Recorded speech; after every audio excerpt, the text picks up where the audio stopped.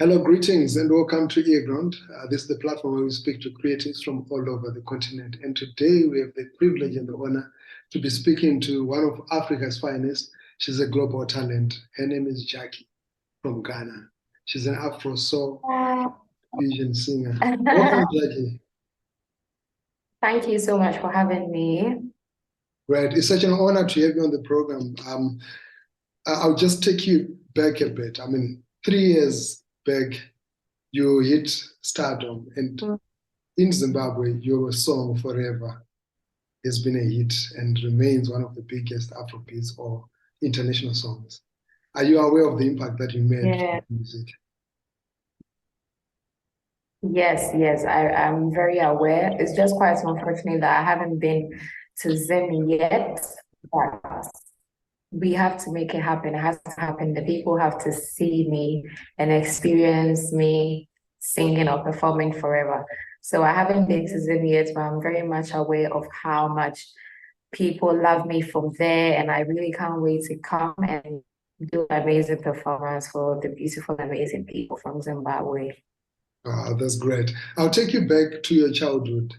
Your father is a living legend, is a great musician doing high life. Is that where you drew your inspiration to get into music from? Yes, 100%. My dad has been a very big influence on my love for music because growing up, I was always around music. He was always playing music, recording, rehearsals, and all of that. So I always found myself in a musical space, and that actually pushed me to fall in love and be the reason why I'm like this today is because of how my dad made us fall in love with music when I was a child. Great. But you then decided to get into university and studied international studies. Was there a push from family or yourself to say, let me get an academic qualification despite the talent that I had? What made you get into uni? Oh, yeah. So one family, most definitely, every family would love to see their child get to a certain point in terms of education. So my family was one, and that was something, my home in particular, there was no way that I was going to drop out of school. So that was one. And another thing too was I wanted to also achieve something, and I wanted the knowledge that I was getting from school with the particular course that I was studying, which was international business. I wanted to gain some particular type of knowledge from there as well. And I think if I dropped out of school because of how my music was doing, maybe by now I would have regretted because at the time Forever blew up, I was in my I think my third year or my second year going to third year. So I was very close to graduating. And I was just like, how about I just finish it and finish it well? And then I can now focus fully on the music. Oh, great. And blowing up, becoming a superstar whilst you're studying, how did that impact you, like on a personal level? Say again. I'm saying you blew up and became a star. At a time when you're still young, but you're in college. How did that impact you on a personal level? Yeah, one thing that I learned from that stage in my life, because that has to be one of the critical moments in my life as an artist where I had to juggle between music and then school. I had to do um, project works, assignments, and at the same time, I had to do studio, I had to do interviews, I had to play some shows around that time. So I was able to train myself to be disciplined because at a point I wasn't able to decide on some things. I couldn't be firm on some decisions. So I had to even put the music on hold during that period and I had to focus on my books because it got to a point where my grades were not looking impressive. So now I had to divide myself into two and I had to make sure that both things are excelling and none is failing than the other, basically. Wow. But were you ready for that fame? Were you ready for that stardom? Is this something that is so come? Um, yes, and then no. I would say yes because one, because of my dad.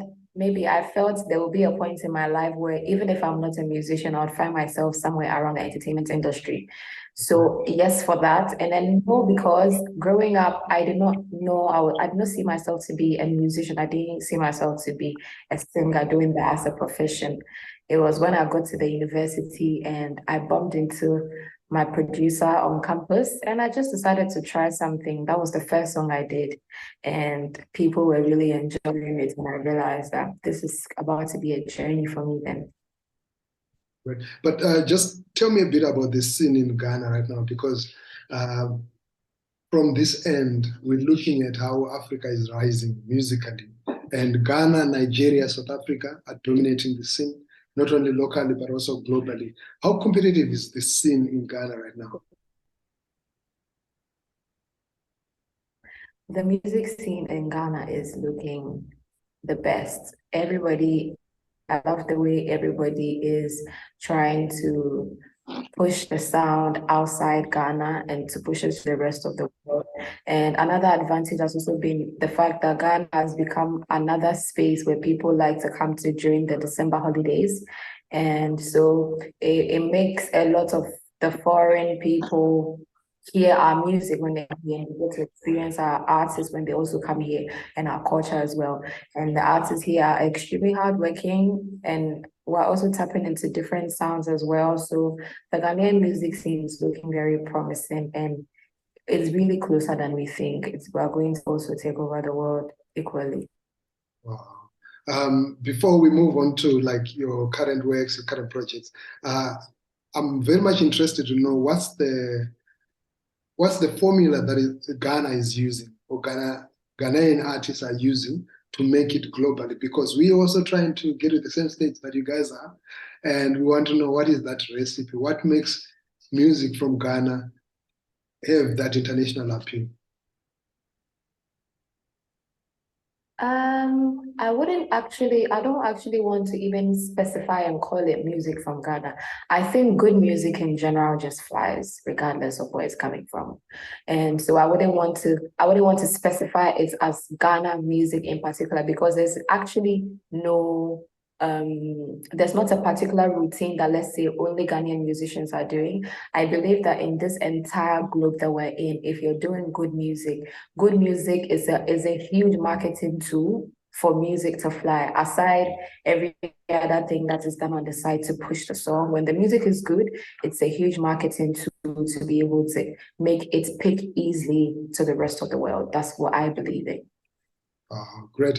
And Forever, was a hit, and your Seed EP was also a hit. Like, you did not just break through and drop like a one hit and just stop there. What has been your approach to music to continue being relevant in this very competitive space right now? I would say consistency. I think I have tried and I'm still trying to stay consistent in the industry because we're in a very competitive, super tight industry where there's so many talented people. So immediately you lay back a little bit, you're going to have a lot of people come past you or all of that. So I've been trying so hard to be consistent in anything that I do so that you are always in the same conversation whenever something comes up around music. Your name is going to be mentioned in the rooms because I'm being consistent. And so I would say it's me being consistent. That's how come my name is still mentioned till today. Wow.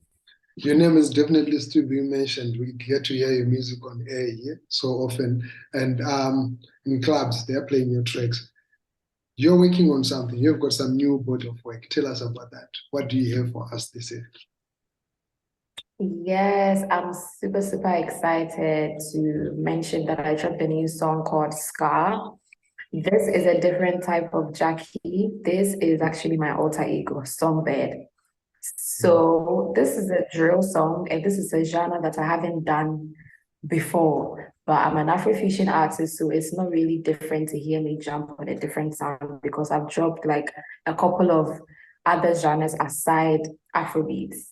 So this is my first song, my first drill song, which features Jbee. He's a UK rapper, very talented person. And I must say, I was very nervous when I was about to drop this song because I didn't know how the fans were going to accept drill music from me. But lo and behold, I dropped the teaser and the song blew off. The song blew off, and I'm so excited that people are actually ready to accept me and allow me to also tap into different sounds, and they're in love with it. Great. I mean, I love the song as well. I love the drill beat because it's also a sound that is starting to get a lot of attention. And I've seen you do so well alone. You also do so well collaborating. And in this particular new song, you collaborated with a UK artist. For you, how important is collaboration to your career? How important is collaborating with other artists? I know you've collaborated with quite a number of artists, and on this particular song, you are collaborating. How important is that to your music?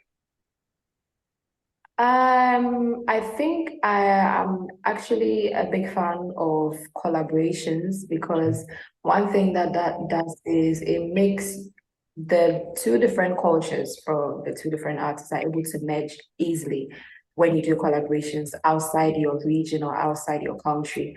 So that is one positive impact that collaborations always have on the songs that are dropped from artists from different countries. And I think it's very beautiful because both cultures get to understand and witness and experience and see what happens in another person's culture and another person's country, and they get to know of new things as well. So just as Jbee tapped into the Ghana industry, I also tapped into the UK scene from the song called Ska. Great. I'm loving Ska. So are you open to collaborations or hoping to collaborate with Zimbabwean artists at some point, or anybody who's flying your radar from Zimbabwe?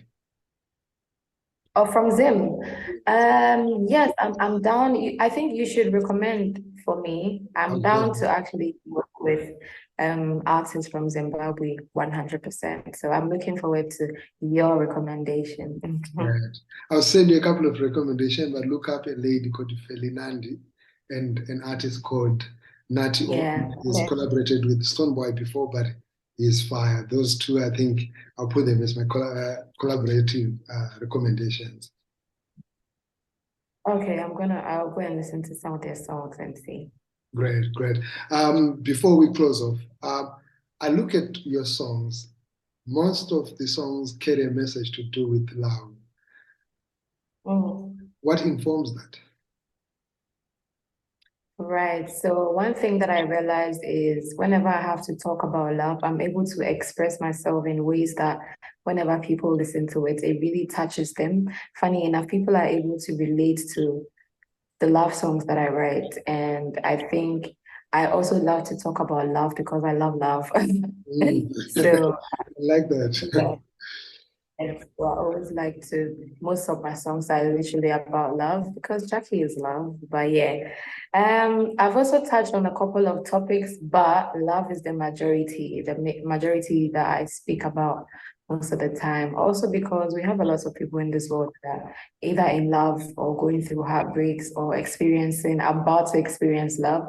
So these type of songs are able to be very relatable to everybody. So if you want a heartbreak song, Gyakie has one. If you want a wedding song, Gyakie has one. If you want a song Gyakie has one. Yeah. Great. 5 years from now, where do we see Gyakie? Oh, Gyakie is going to be big, extremely big. My fingers are crossed and I'm praying and I'm manifesting that by God's grace, in 5 years to come, all the people that saw me grow are going to be super proud. And I just want to see people happy and clapping and being like, Gyakie, you made us very proud. And I know that is going to be one thing that I'm looking forward to achieve in the coming years, to do big things and make everybody proud of me. Yeah. Last year I saw you at the Global Citizen concert. Yeah. Beautiful performance. Would you consider that as the biggest highlight of your career? Yes, at the moment, Global Citizen Festival has been my biggest stage ever at the moment. And I was so thrilled, excited. The crowd was on fire, the stage, the production, everything was just on point. And I'm so happy that also happened in Ghana. And I'm happy that everybody was glad and happy to see me perform on stage. Awesome. Gyakie, thank you so much. I really appreciate you taking your time to be on earGROUND and that you expressed interest in collaborating with Zimbabwean artists, but also touring and performing in Zimbabwe. I hope promoters that are watching are definitely going to reach out and get you to Zimbabwe because you've got thousands and thousands of fans that would love to see you on stage here. I'm ready. So this should come through. Yeah. Right. Before you go, I don't know if you could drop us just 15, 30 seconds. I don't know what it is. A snippet of something, beat ska, beat forever for your fans. Okay. Hi, everyone. This is your songbird, Gyakie, your favorite forever artist. My mind day for you. And I dropped a new song called Ska featuring Jbee. It's out in all musical stores. The music video as well is on YouTube. So do check it out, listen, and I'll see you in Zimbabwe soon. Wow. Thank you so much. There you have it. I've been speaking to Gyakie. I'll call you Ghanaian. Thank you so much for having me. I would love to call you African or international artist from Ghana. That's more appropriate because we all love you, want to have you here as well. Thank you so much for the time that you have taken to be with us and all the best. Looking forward to seeing you in Zimbabwe. Thank you so much for having me and I'll see you soon. Take care. Awesome. Bye. Bye.